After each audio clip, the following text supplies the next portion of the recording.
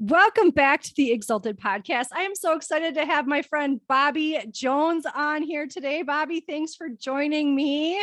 Bobby is the owner of a ton of companies, but the real story is what the Lord has done in his life. But I'll quickly just tell you a list of the things that he's accomplished in the last several years since we've known each other. So he's the owner of Brightside Roofing, regional partner with Master Networks, which I know you guys have heard me talk about many times, a real estate investor, podcaster, speaker, underdog entrepreneur.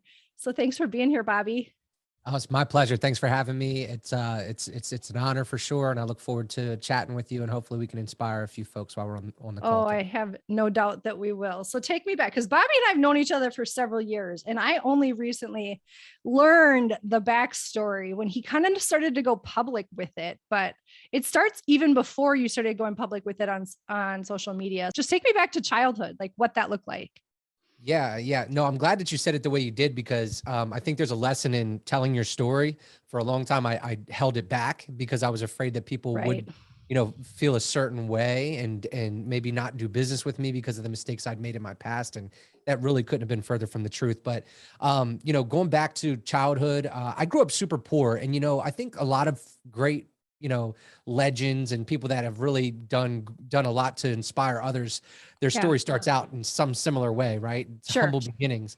Yeah. And but what's interesting, I think, about all of us is that in those moments we really don't know that we're living a much different life than other kids, right? Sure. You find that stuff out later.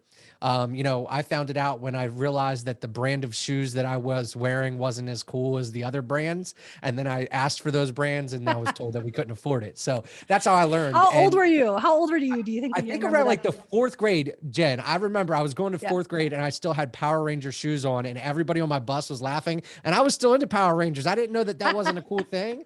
And so, I didn't know I wasn't allowed to be a fan of Power Rangers anymore at a certain age, And so there's a lot of lesson in that, by the way, but we won't go there right now. But it was interesting because you begin to understand like the difference of the economic classes that we had in our area. And then, things got a little bit worse. My parents developed addictions, or, whatever addictions they did have already developed or had already developed had become that much more enhanced and had grown. And so the state stepped in, took us a couple of times from our parents, put us into foster care, different foster homes in our local area. And in sixth grade, so we went from fourth to sixth there. But by sixth grade, I had gone to 6 different school districts. Wow. That's how many times I was being moved. And that's all in the sixth grade. And somehow I still passed the sixth grade. I don't know how I did that. I guess, I had some luck or, whatever, but do you have siblings? I do. I have a younger sister. We're Irish twins. Okay. So my mom went in for her 6-week checkup after having me and found out she was pregnant with my younger sister. That sounds rough by itself, but yeah, for real. So were you and your sister allowed to stay together through all these different foster care movements, or were you completely alone? No, it's a great question, because in the beginning we were able to stay together. In fact, I remember when we first got taken, we were actually in church, by the way, which is it's a very crazy story, because years later I'd revisit that same church and the emotions and the feelings in that room at the time. It was just really remarkable. But we were in church with a neighborhood friend and their family, and my parents were at home. So I was there with other adults. Yeah. And these strangers, right? We're taught our whole lives that, don't go with strangers, don't talk to strangers. And here I have these strangers coming up to me saying, "You're coming with us." Yeah. And not in a kidnappy way, with papers. I can't imagine how scary that was. It was very hard. And, my sister, I give her credit now, because in the moment, I don't know how we could have responded, but she just took off running. Like, I don't know. I mean, maybe that was the right thing to do, given the circumstances. I'm sorry, I'm laughing, but what else do you do? Right. Right. And so it was funny, because her and I, we had concocted this plan that once we got to the foster homes, that we would just become the worst behaved kids ever. And maybe they wouldn't want us anymore, and they just send us back home. That didn't work. And besides that, the first home that we went to, they were like the sweetest people, and I just couldn't do that to them. So, yeah. So what was life like at home at that point? Did you know that things were bad, or did you not know? Again, you don't know what you don't know. A lot of what was normal had become a little bit more normal. And so maybe there were some flags, to kind of be aware of at that time. But ultimately it was more neglect, I think, for us, is that we Mhm. didn't have eyes on us. We could come and go as we please. And for me, I think that could have been even more dangerous than it had become at that Sure. point. And so for that reason, the state stepped in and intervened. Now, to your question, real quick, and answer that, we did end up getting separated. And the last home that we were in, we were separated, I think, for like 6 to 8 months or something like that. Wow. But we did get to see each other like monthly at supervised visits. So it was kind of tough, but I'm Yeah. very grateful for it all now, because it's made me so aware. It's put me in a position to help people that are going through similar things or have gone through Yeah. similar things. And that is, so I'm so grateful for that. And I'm so appreciative of that opportunity to help others that are going through similar situations. Yeah, absolutely. Absolutely. So if you would go to the part of the story, because I know it doesn't end in just sixth grade foster Uh, care. Like what starts to happen next? Yeah. So, when you're in an environment like that, it does become very normal to see things that are illegal, and these illegal things end up becoming embraced. Now, I knew right from wrong, so I take full responsibility for the things that I did. But after going back home to my family, where we still didn't have any electricity or anything like that at the time, I was then, hanging out with the wrong people and ended Yeah. up getting into trouble pretty quickly. So, at age 13, I got arrested for the first time, got arrested again at 14. What kind of Ended up stuff were you doing getting arrested for? burglary mainly. I did get in trouble for possession of marijuana in school. And the that was the one that actually sent me away for the longest period of time. There were some other circumstances that contributed to the length of stay, but I ended up being in a juvenile facility from the age of 14 to 16, so almost 2 years. Wow. And then I didn't learn my lesson there. Came home, still made some knuckleheaded decisions. I did meet my wife though. She was my girlfriend then. Came home at 16, and between me getting into trouble, or coming home then and getting in trouble again, I met my girlfriend Heather, who is now my wife, and big credit to her, because she saw potential in me far before I saw it myself. And but unfortunately, I hadn't learned my lesson. I would get into trouble. I got arrested at 17 for robbery, was charged as an adult and sentenced to adult prison, which was a very scary time for me. I was a fresh Yeah. 18 years old when I went into prison for the first time, where my first cellmate had a 2-year life, a 2-term life sentence. Oh my gosh. Yeah, so it was pretty intimidating. And then again, just knuckleheaded behavioral patterns. I came home, continued to think that I could outsmart the system, continue to do things that were illegal.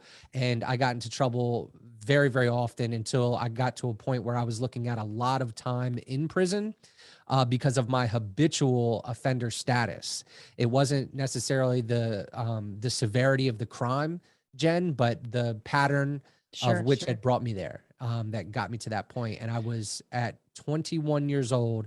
I was staring at a 33-year prison sentence, Wow. and a And very what was it that likely you had done at 33 that year time? prison. So these had all been like robberies, burglaries, things like that, and then one drug charge, right? Yeah, so I had for my adult charges, I had a robbery, I had a drug charge that was a felony, I had a burglary, and then I had assault. Wow. And what was Heather's home life at this time? She was much better off than I was, but still had her own traumas. Like, that's one thing I always emphasize.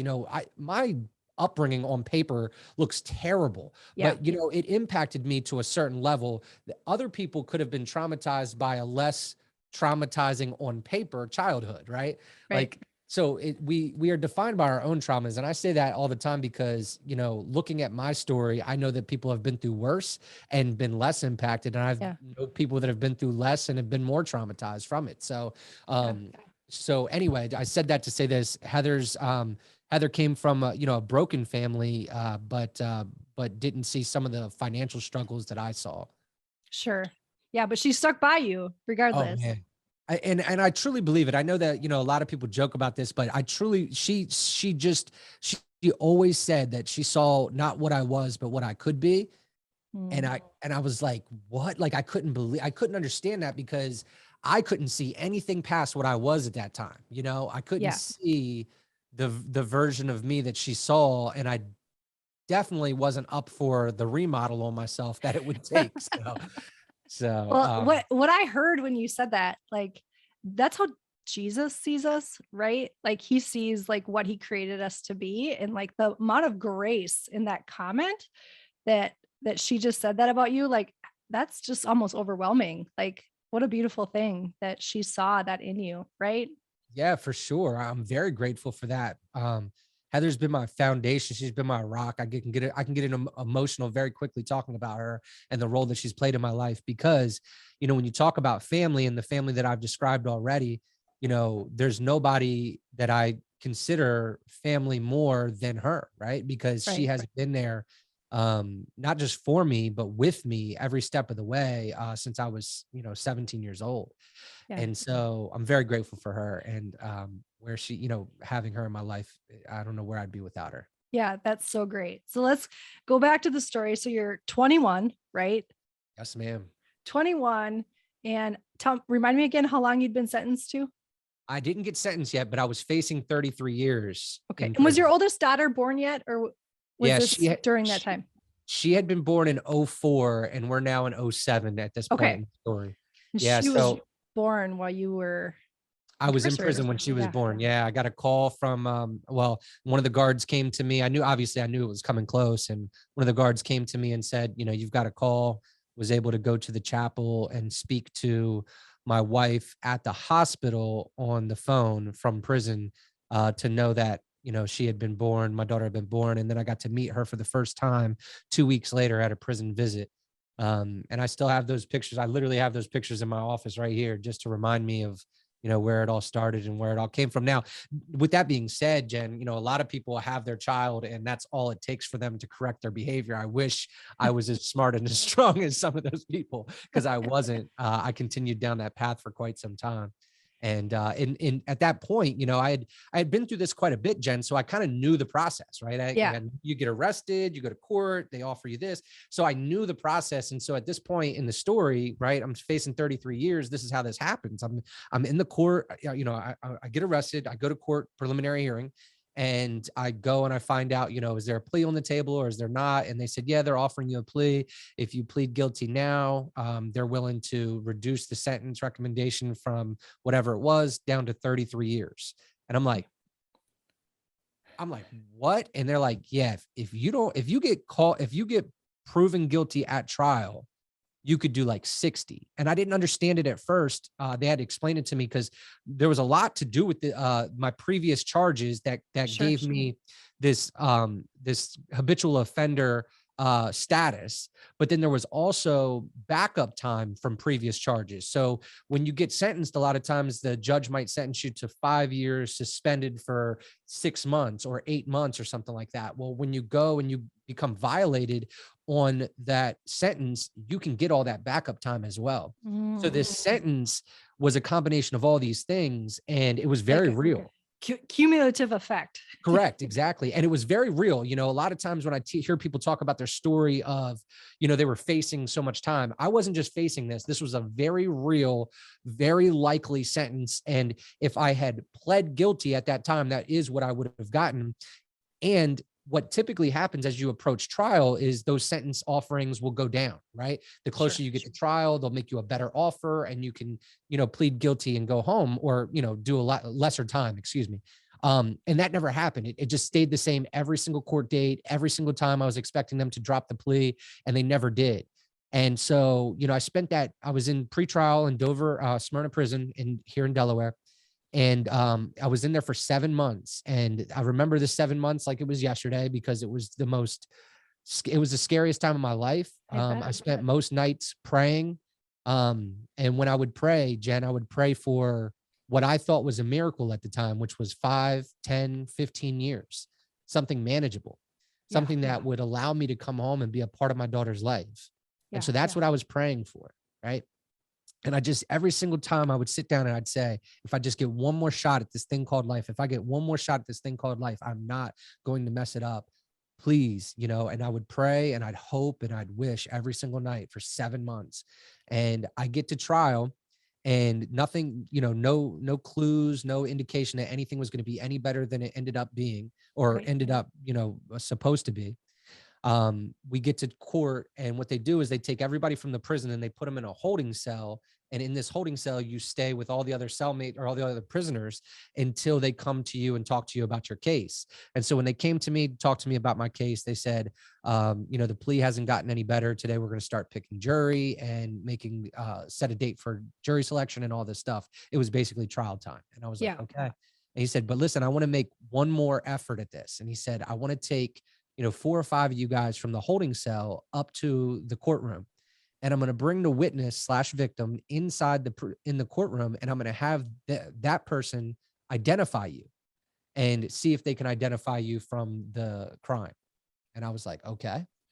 I was like, this guy's not missed any court dates up until this point. There's no way that this guy's not going to see me, know me. We had a conversation. Like, he knows who I am. Yeah. And so this was for a burglary, by the way.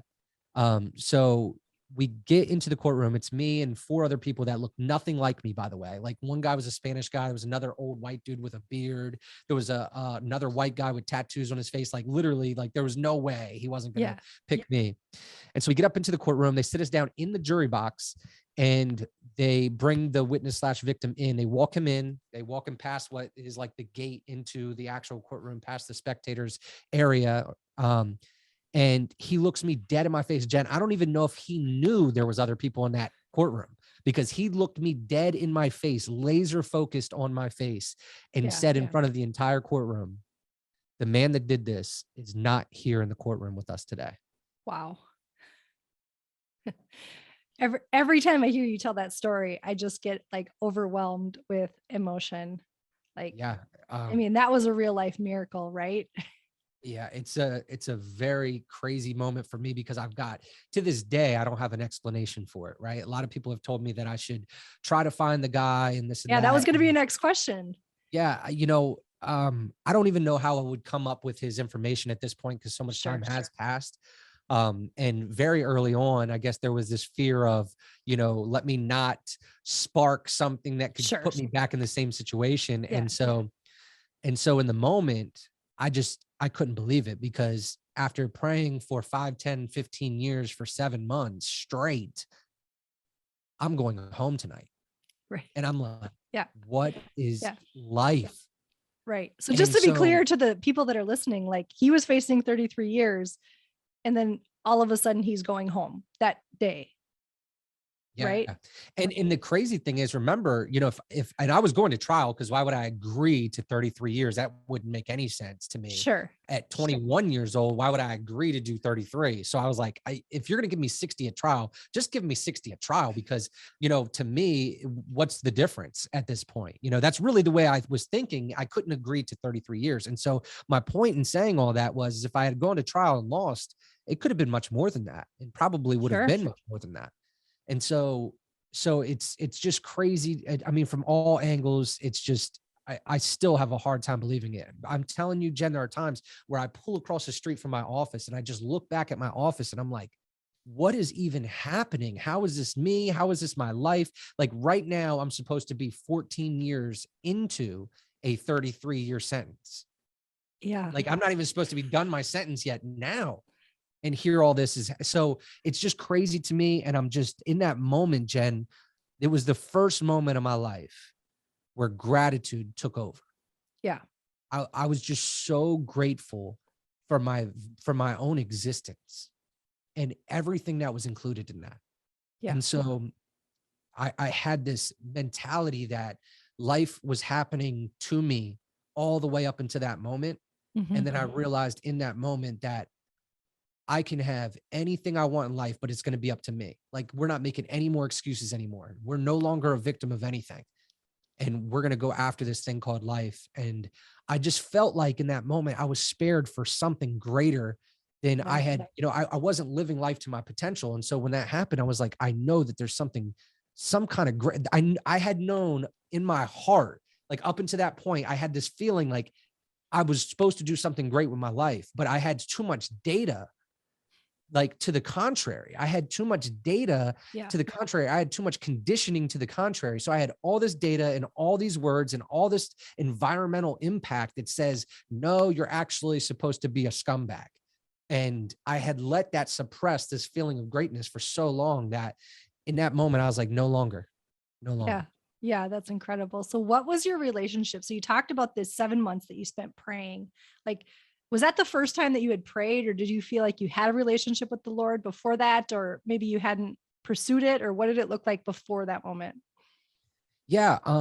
Well, I hate to downplay it in any way because I feel like everybody that goes to prison finds God.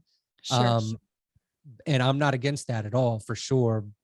But do they do the right thing with it when they get the next chance? Mhm. And for me, I didn't have clarity on the way that faith would play into my story or my impact. But I knew that I had been spared for a reason. And so I just wanted to make sure that I had a positive impact on as many people as I could moving forward. And I'll tell you, Jen, the first couple of times I stepped into a church after that, I mean, just overwhelming emotion. I Yeah. actually brought up the church that, and I didn't know this at the time, by the way. My wife had her friend had invited her and I to a church because me and my wife were trying to find our home in church at the time. Yeah. And we visit this church, and when I walk in, I realize it right away. I The knew it was the same same thing. building, but I didn't know like it was going to be the same. Almost 20 years has passed since I was put in foster care. And so, I walk in over 20 years. Gosh, I'm old. But I walk in and I know it. I see it, I feel it.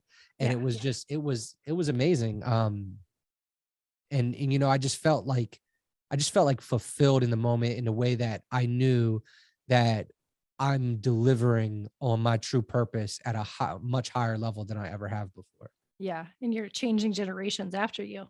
Oh, for sure. For Yeah. sure. So you, I so you love the start, saying, go I ahead. love Go the ahead. saying, the most successful people plant trees under which they know they'll never sit. Yeah. That's so And good. that's it. Sorry, go ahead. That's okay. So you find out you're free, but you've had, how old were you at this point? 21? I was So 21 when I was yeah. released. Yep. So you've had 21 years of conditioning how to be one way, right? And sometimes making a decision is a really big deal, but then changing the behavior can be Huge. tough, Yeah. right? So what does that look like? So yeah, it's very interesting because I did have enough of a spark from this miracle moment Right. to make an effort. But you're right. Like if I would have made an effort and saw a ton of failure right away, I wonder how quickly I could have been suppressed back to my old way of thinking. Right. But one of the things that had stuck with me was that you're going to grow when you get outside of your comfort zone. Right. So you're talking about a kid who walked around in baggy pants and clothes way too big for him all the way up until this point. And I said, if I'm going to do something different, if I want to do something different with my life, I got to do something different with me and the way I'm approaching life.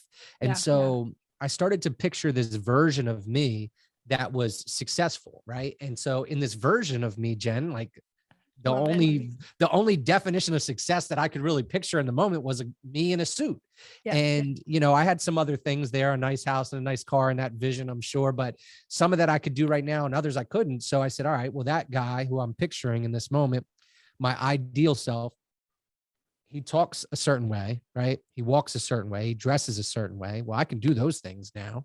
I can make adjustments to this now. And so I had been told up until that point that if I got into trouble and if I made these mistakes, I'd never get a good job. All right. So that was self-limiting belief number one that Sure. I had to challenge and I had to defeat. And so what I did was I borrowed a suit. I borrowed a suit off my cousin. My cousin was 6'2" and I'm 5'9". And so the suit was definitely too big for me. And I made a decision that I would start showing up at the places that I thought might hire me if they would just give me the chance to interview. And so I showed up at my local Walmart here in Camden, Delaware. Right. And I walked in and I said, I'm here for my interview. And they looked at me and they're like, we don't have an interview scheduled for you today. But here's the thing, Jen, in my head, I had scheduled this interview for 11 o'clock. Yep. Like I didn't confirm it with anybody, but I wasn't lying because I scheduled this interview for 11 o'clock. And so when I said to her, I said, oh, ma'am, I'm sorry. I scheduled my interview for 11 o'clock, but no worries. I'll just have a seat here and I'll wait. And I sat there for like 40 minutes in this huge suit, sitting down back in the layaway section. Yeah, that was still a thing. Layaway section of Walmart here in Camden, Delaware, when a co-manager, no, not even a co-manager, his name was assistant manager Ron. I'll never forget his name. Kind of did one of these around the corner, saw me in a suit and was like, come on back. And I remember walking back there, and he was a low-level manager. So he's like bringing this guy in a suit back. It was obvious that I wasn't interviewing for a high position. And one of the ladies there was like, what are you interviewing for, a salary position there, Ron? Ha, ha, ha, laughing, right? At me in a suit. And what's so crazy is obviously I got the job. And I ended up being her boss. 3 years later, I was running the entire left side of the store, and I was wearing a suit and tie to work every single day. That's so great. It's incredible that he interviewed you. For one, did they know about your past at that point? Because you had to have a couple felony charges on your record, right? Correct. No, I had 3 felony convictions, not arrests, convictions. And so what's crazy about this, right, is like we talk ourselves out of this. We say, okay, I can't get a job at Walmart because I have a felony. That would have been all it took for me not to do what I did. Right. Except I didn't. I just tried. And what ended up happening, and I didn't know this until later. In fact, it was probably just a few years ago that I put 2 and 2 together. But I interviewed in October at a time where they were hiring for seasonal work. And so when I was hired, I was given a part-time seasonal position. And for that reason, they didn't do a criminal background check on me, because I was being told in the same time that I'm being hired that I'm also going to be fired.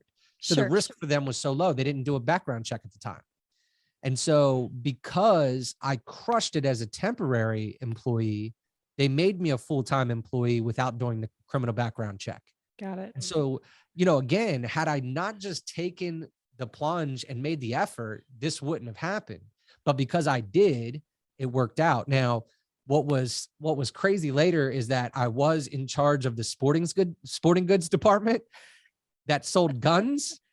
And somehow that was still my responsibility. So a couple holes in the system there, but nonetheless, I mean, you know, I delegated out so that I never had any handlings with the weapons or anything like that. But at the same time, you know, I had a family. I had a goal that I was after, and I had to stay my course. I mean, this is the best shot I had ever gotten. And going back to the limiting beliefs, you know, so for me, this is what was happening when you talk about changing our habits, right?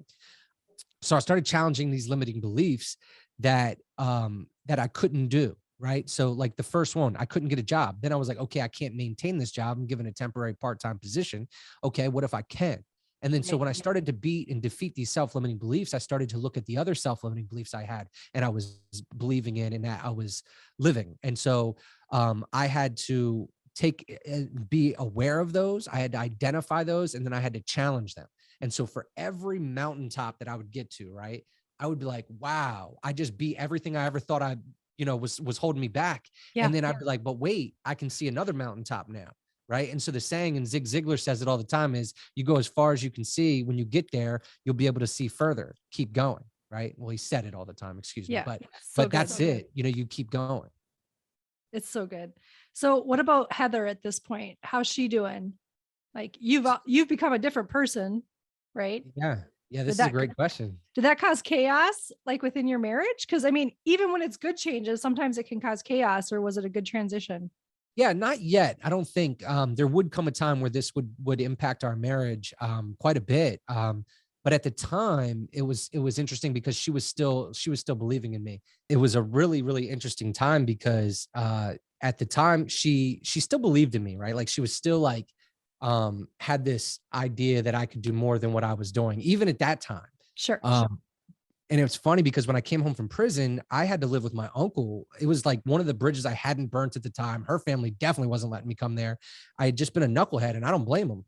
Shoot, I was trying to tell Heather to stay away from me too, just as much as they were, just because for her own good, you know? And so when I came home, again, unexpectedly to everyone, my uncle let me sleep on his couch. And this was in a trailer park in Camden, Delaware. And so got the job, was working hard, all that stuff. And then we were able to get our own place by the time, of course I became a manager at Walmart. And so we moved into, and I'll never forget it because I remember this moment like it was yesterday. We moved into our first house, which was a 2-bedroom, 2-bath, single wide trailer in a trailer park. Okay. And so this was our first home. And I remember moving into it. We got a bunch of Rent-A-Center furniture, all the wrong stuff, by the way. And so, but I remember being so happy in that moment because, like, Jen, when I met my wife, I was living in a camper with my dad behind my uncle's house. Yeah. Like, for me, this house was like a mansion to me. Like, it Right. really truly was. And for so many other reasons, it was just a sense of accomplishment. And I said to her, I said, babe, like, literally I could live here for the rest of my life. I remember saying that to her. Now I look back and I was like, what a fool. But I said that to her and she looked at me, and God bless her because, she was sweet, but she looked at me and she's like, this is nice and it'll do for now. And, I think a lot of people could have taken offense to that. Sure. But to me, what it told me was that she believed I could do more than this. And to me at that moment, I think I started to challenge those limiting beliefs even more. Like, wait, what? She thinks I can do more than this? Right. When that's already your mountaintop at that moment. Right. I'm so blown. Like, my story is great right now. I can stop. It's cool. We can tell our kids what's happened. This is a miracle. And yet she was the one to convince me that there was so much more to come. And so it was really interesting. Yeah. So how long were you at Walmart? 4 years. 4 years. And then what happened? Because it gets even better.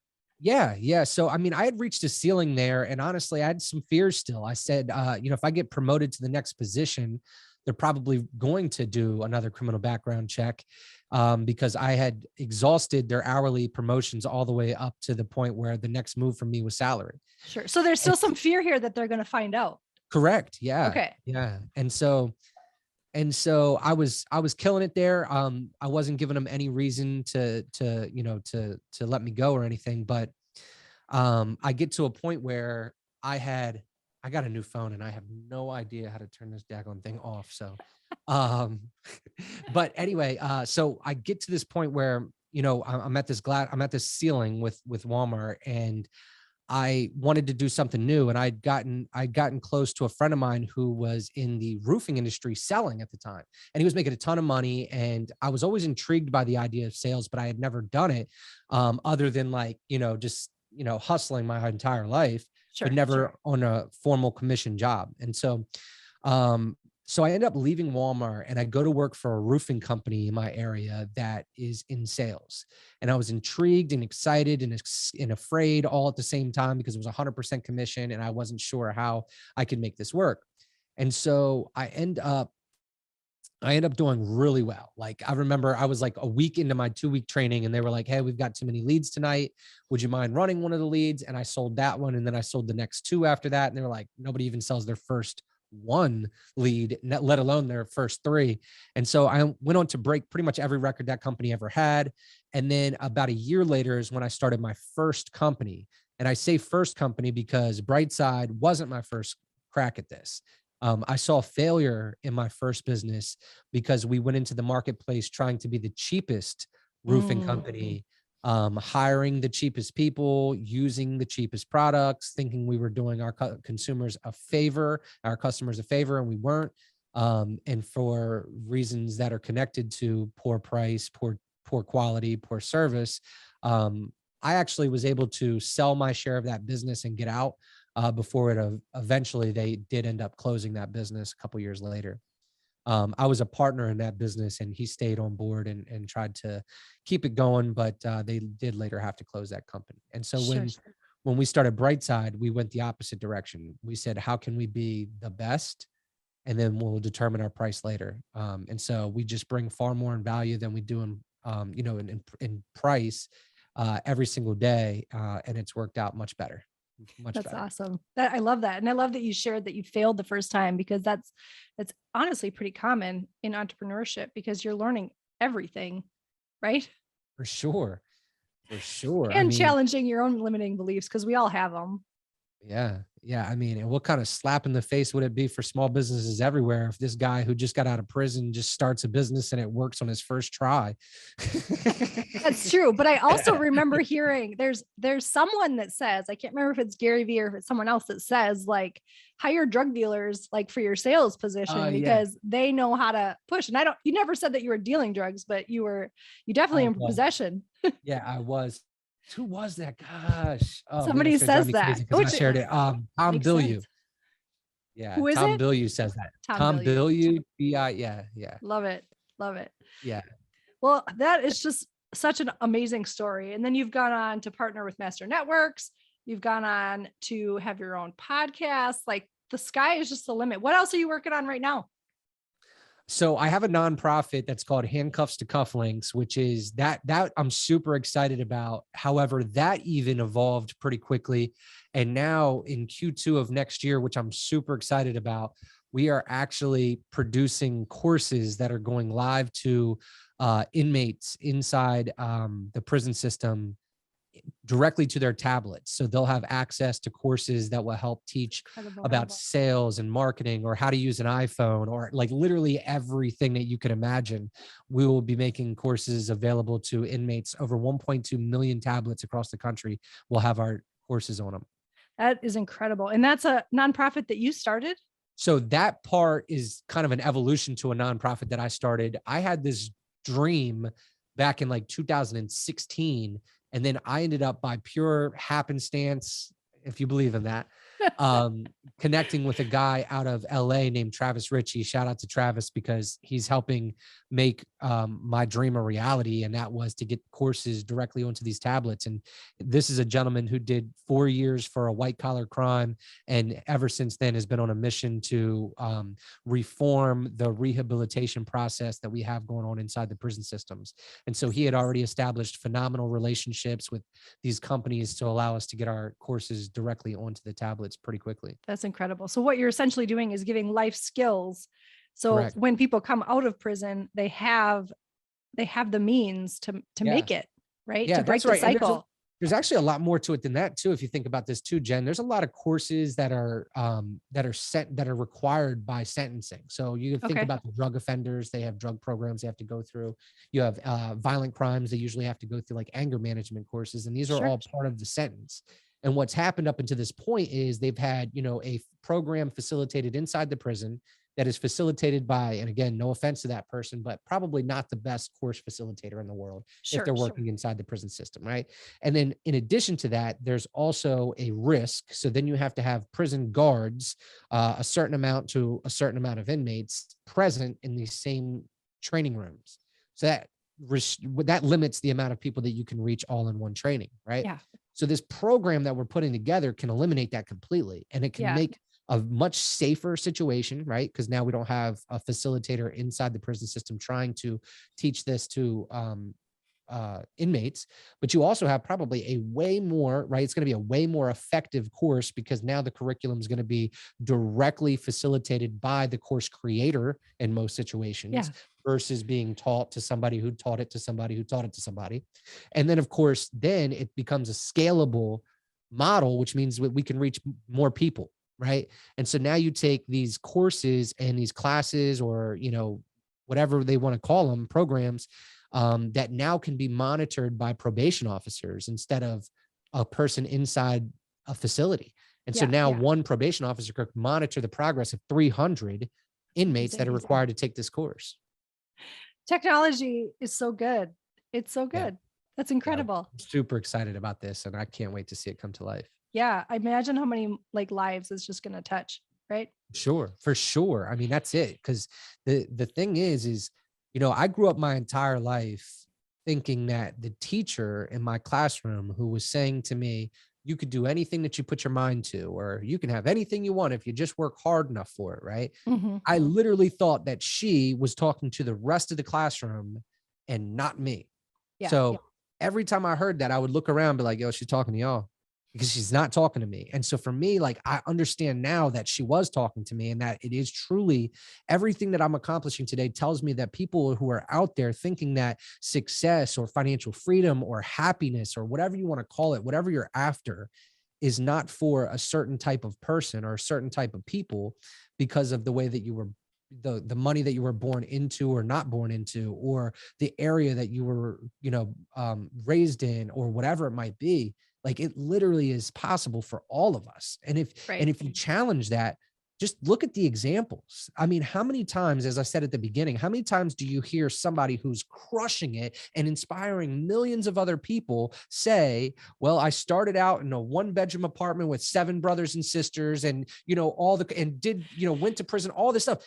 Like, foundationally, greatness is built on the backs of this stuff right here. Like, this stuff, Right. these hardships, these rocky roads that we all experience. This is what determines and builds greatness. Yeah. So when we sit here in it and we complain and we get so frustrated by the moment, just remember what it's doing for us, because we're being conditioned for something great. Oh my gosh, that's so good. Okay, last question, because I know we're like getting over time here, but I know I could talk too much. I know we could go forever. But so in this period of time, was there any, like, I know you were still worried about Walmart finding out about your past. Like, did you ever get over that? Did you ever, like, I'm afraid for people to know that I got let go on a miracle. I'm afraid for people to know that I was a felon working for Walmart. Like, how did you ever let go of that? I mean, you're talking about it a little bit, so. Yes, Jen, this is such a great question, because, we are taught, especially in the world of entrepreneurship, not to have a plan B, right? Like, Right. burn the ships and go after what you're after. And to me, that's not the way I do this. I can tell you right now, like, if everything crashed today, I'm pretty sure I know exactly what I would do in that moment. I have a plan B, and I think I have a good plan C already in place. So for me, I never really did that. And I'm not saying don't do that, because what works for me might not work for anybody else, but the burn the ships model is big. I think it's very powerful for anybody half stepping into business. It's important to burn the ships and go all in. But for me, I always, because of that, right? Because of the way I was raised in the Walmart situation, where I had to think about, if they find out, what do I do then? If this happens, what do I do then? I had to make peace in my mind and in my soul. I had to have a plan B in place. Sure. And so to this day, I still have one. So the answer is no. I don't think it may one day go away completely for me, because as much as I've accomplished at this point, Jen, I still believe that I'm just getting started. I believe that too. I totally believe that. I want to thank you for just sharing this story, like, so publicly. Like, it's impacted me in a big way, and I can't imagine how much it's impacted people that have a similar past to you, that are trying to get things going the right way, on the right path, because it takes a lot of work.